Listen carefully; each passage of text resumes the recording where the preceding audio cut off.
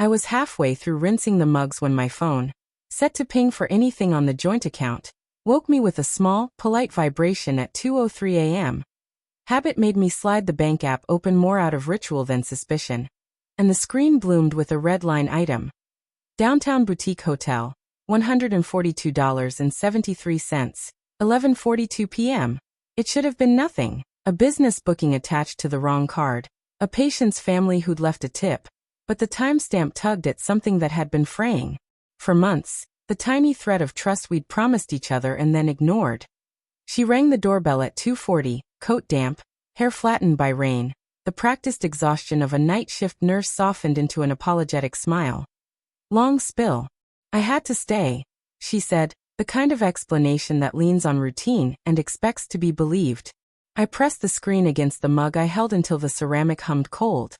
Okay, I said, and we made coffee like two people rehearsing normalcy, the kettle's hiss filling the space where questions might have lived. Over the next few days the single charge became a lens. Suddenly small contradictions sharpened. A lipstick stain she blamed on a patient's sister. A receipt for a late-night pastry billed to a cafe inside the same boutique hotel. A calendar invite marked debrief, at a time she said she'd be home. I told myself the mind looks for patterns. That a man in love can invent danger where none exists, but the human animal hates not knowing more than it hates betrayal. So I collected quietly. I checked the loyalty program tied to our credit card, and found a membership number I didn't recognize. I clicked booking confirmations and parking passes, and the anonymous edges of a life that had been folded away. When I asked about the pastry, she laughed like someone who had been caught in a small domestic lie and said she'd met a friend from college. When I mentioned the loyalty number, she frowned and blamed a clinic admin who handles expense accounts. Every answer smoothed the surface but never touched the sediment beneath. I could have confronted her then and there, thrown the phone on the table like an accusation and watched the room split. But I have never been a man of sudden scenes. I wanted evidence that could not be swallowed by tears or clever words. So I watched instead.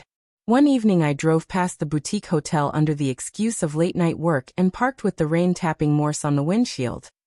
The lobby was a low honey of light, discreet, private. I saw her through the glass, smaller somehow than I had imagined, and beside her a man whose profile fit the consultant whose email signature I'd found when I searched the loyalty number. Neat haircut, a laugh that tilted his head forward like a person used to being paid to listen. She slipped in and the door gusted quietly closed. Seeing them together shifted my gut from cold to molten. Proof is a brutal animal. It can warm and kill in equal measure. I didn't storm inside. Instead I took a breath and became methodical. I messaged a close friend with legal experience and asked for practical advice, then cross-referenced reservation timestamps with our card's metadata until patterns emerged like constellations. Room 307 had 2 dinner charges, a minibar swipe, and a parking ticket scanned at 11:35 p.m. The man's name, Daniel Morris, showed up in a half-dozen places online.